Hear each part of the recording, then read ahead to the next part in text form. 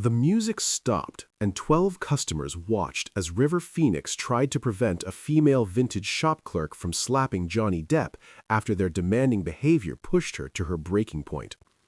West Hollywood, March 1992.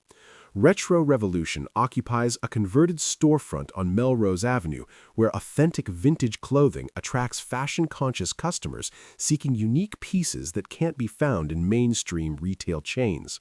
This isn't a sanitized thrift store designed for comfortable shopping experiences. It's a genuine counterculture venue where alternative fashion enthusiasts discover clothing that reflects personal style rather than commercial trends dictated by corporate fashion industries. The shop embodies authentic vintage aesthetic, crowded racks displaying decades of fashion history, band posters covering brick walls, incense burning to mask the musty smell of old fabric, dim lighting that creates intimate atmosphere for customers who appreciate authentic vintage culture rather than mainstream fashion consumption. River Phoenix, 21 years old, browses through leather jackets with genuine appreciation for vintage craftsmanship that reflects his interest in authentic style choices rather than designer labels that cost more than most people earn in months. He values clothing that tells stories about previous owners and cultural movements that shaped fashion aesthetics. Beside him, Johnny Depp examines vintage band t-shirts with characteristic intensity, his own fashion sense reflecting personal connection to music scenes and alternative culture that operates independently of Hollywood image consultants who dress celebrities according to marketing strategies rather than individual expression. This jacket has incredible history, River observes, studying a worn leather piece that shows years of authentic use rather than artificial distressing designed to simulate vintage appeal for customers seeking style without substance. Real vintage feels different than reproductions, Johnny agrees, recognizing the parallel between authentic fashion pieces and genuine artistic expression that can't be manufactured through commercial processes designed to replicate authenticity without understanding its cultural significance. Their afternoon begins with casual browsing through merchandise that represents decades of fashion evolution, seeking pieces that complement their personal style preferences while respecting the cultural movements that created vintage fashion as form of creative expression and social rebellion. The shop attracts customers whose fashion choices reflect genuine alternative culture participation rather than mainstream adoption of counterculture aesthetics stripped of political meaning and artistic integrity that originally defined vintage style movements. Most celebrities who shop here want designer vintage pieces, explains Marcus Chen, a regular customer whose own fashion sense combines authentic vintage finds with contemporary elements. They're looking for expensive items they can wear to events rather than understanding vintage culture as form of creative self-expression. As their visit progresses, both actors demonstrate genuine interest in vintage culture beyond fashion consumption, asking thoughtful questions about historical context and cultural significance of pieces that represent authentic alternative fashion movements. That's when their interaction with store clerk Jessica Martinez takes an unexpected turn. Martinez represents authentic vintage culture expertise, a 26-year-old fashion enthusiast whose extensive knowledge of vintage clothing history and alternative culture makes her valuable employee for customers seeking guidance about authentic pieces versus commercial reproductions designed to exploit vintage aesthetics. She approaches them initially with professional courtesy, recognizing celebrities but treating them like regular customers rather than providing special attention based on entertainment industry status that shouldn't affect retail service quality or merchandise access. "Can I help you find anything specific?" Martinez asks professionally, her tone reflecting genuine interest in customer service rather than celebrity recognition that might compromise her ability to provide honest assessment of merchandise quality and pricing. Johnny begins describing elaborate requirements for specific vintage pieces needed for upcoming film roles, photo shoots, and public appearances that require authentic vintage clothing, but with particular condition standards and alteration possibilities that most vintage items can't accommodate. "These jackets have incredible history," Martinez observes, studying a worn leather piece that shows years of authentic use rather than artificial distressing designed to simulate vintage appeal for customers seeking style without substance. Real vintage feels different than reproductions, Johnny agrees, recognizing the parallel between authentic fashion pieces and genuine artistic expression that can't be manufactured through commercial processes designed to replicate authenticity without understanding its cultural significance. Vintage clothing shows history, Martinez explains patiently. That's what makes it authentic rather than reproduction. Perfect condition vintage pieces are extremely rare and expensive because most authentic vintage has been worn and loved by previous owners. River senses growing tension but continues examining merchandise while Johnny's demands become more specific and unrealistic regarding condition, pricing, and customization services that small vintage shop can't provide. "What about alterations?" Johnny continues, his voice showing frustration with Martinez's explanations about vintage clothing limitations. "I need these pieces fitted precisely to my measurements. Can you guarantee professional tailoring services?" "We don't provide alterations," Martinez responds firmly, her patience beginning to wear thin as Johnny's expectations reveal fundamental misunderstanding about vintage retail operations and authentic vintage culture values. Johnny's demeanor shifts as his requirements meet practical limitations that conflict with his professional needs and personal convenience expectations developed through years of celebrity treatment in retail environments designed to accommodate entertainment industry demands.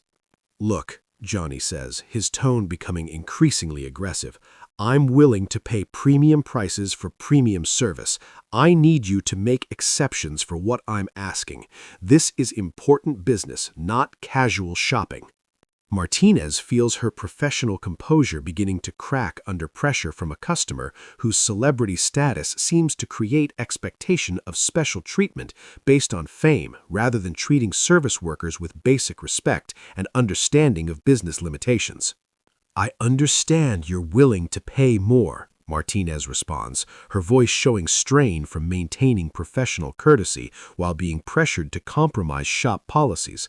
"But we can't alter vintage pieces or guarantee condition standards that contradict the nature of authentic vintage clothing." Other customers begin noticing the increasingly heated exchange, conversations stopping as alternative fashion enthusiasts recognize familiar dynamics where celebrity expectations clash with authentic vintage culture values that prioritize historical preservation over customer convenience. Johnny's frustration reaches breaking point as his professional needs encounter inflexible shop policies that don't accommodate entertainment industry demands he's accustomed to having resolved through financial leverage and celebrity influence. "This is ridiculous customer service," Johnny declares loudly, his voice carrying through the small shop. "I'm offering to spend significant money and you're refusing to provide basic accommodation. Don't you understand who I am?" That final comment triggers Martinez's explosive response that surprises everyone in the shop, including River Phoenix, who's been watching the situation deteriorate with growing concern for both his friend's behavior and the clerk's obvious frustration. 5 seconds pass as Martinez's anger builds toward physical expression, her face flushing with fury at celebrity entitlement that demands special treatment based on fame rather than treating service workers with basic respect and understanding of business limitations. "I don't care who you are," Martinez shouts, her professional composure completely abandoned as months of dealing with entitled customers reaches boiling point. "Money doesn't give you the right to demand impossible things and then insult my customer service when I explain reality." Her hand rises automatically, anger overriding professional training as she prepares to deliver physical response to Johnny's disrespectful behavior that crossed lines between reasonable customer demands and abusive treatment of service workers. But before Martinez can complete her swing, River Phoenix moves with surprising speed and diplomatic skill that prevents physical confrontation while addressing underlying tensions that created an explosive situation. "Jessica, wait," River says firmly, stepping between them with hands raised peacefully. "Johnny, stop talking. Both of you need to step back right now." His intervention creates pause that allows everyone to recognize how quickly routine shopping interaction escalated toward violence that would benefit nobody and potentially destroy relationships, reputations, and business operations. River addresses Martinez directly with genuine respect for her expertise and frustration. "You've been incredibly patient explaining vintage clothing realities. Johnny's expectations were unreasonable and his tone was disrespectful. You don't deserve to be treated that way." Then he turns to Johnny with friendship loyalty balanced against honest criticism of behavior that contradicted values they both claim to support. "Your professional needs don't justify demanding impossible services or speaking disrespectfully to someone trying to help within reasonable limitations." The shop falls silent as customers observe conflict resolution that acknowledges legitimate concerns on both sides while establishing boundaries about acceptable behavior that respect service workers and business operations. Martinez lowers her hand, breathing heavily as adrenaline from near physical confrontation begins subsiding, replaced by recognition that River's intervention prevented situation that could have resulted in legal problems, job loss, and negative publicity for everyone involved. Johnny processes River's criticism, his anger gradually replaced by embarrassment about behavior that contradicted his public values and personal character, while demonstrating celebrity entitlement he typically criticizes when displayed by others.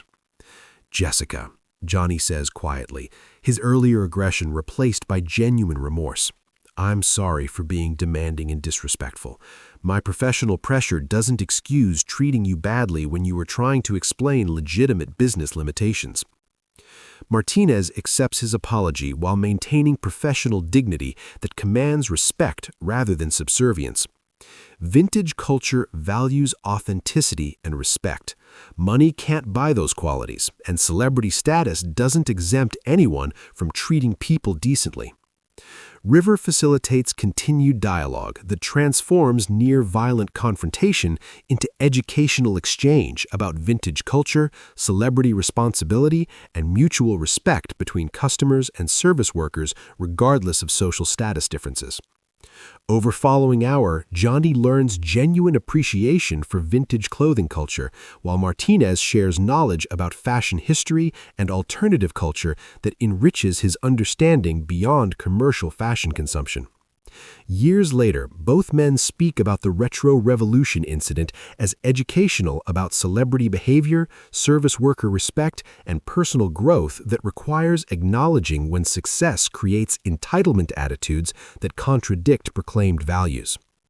Martinez occasionally references that afternoon as example of how conflicts can be resolved through honest communication and mutual respect when people choose growth over ego protection and genuine dialogue over defensive positioning.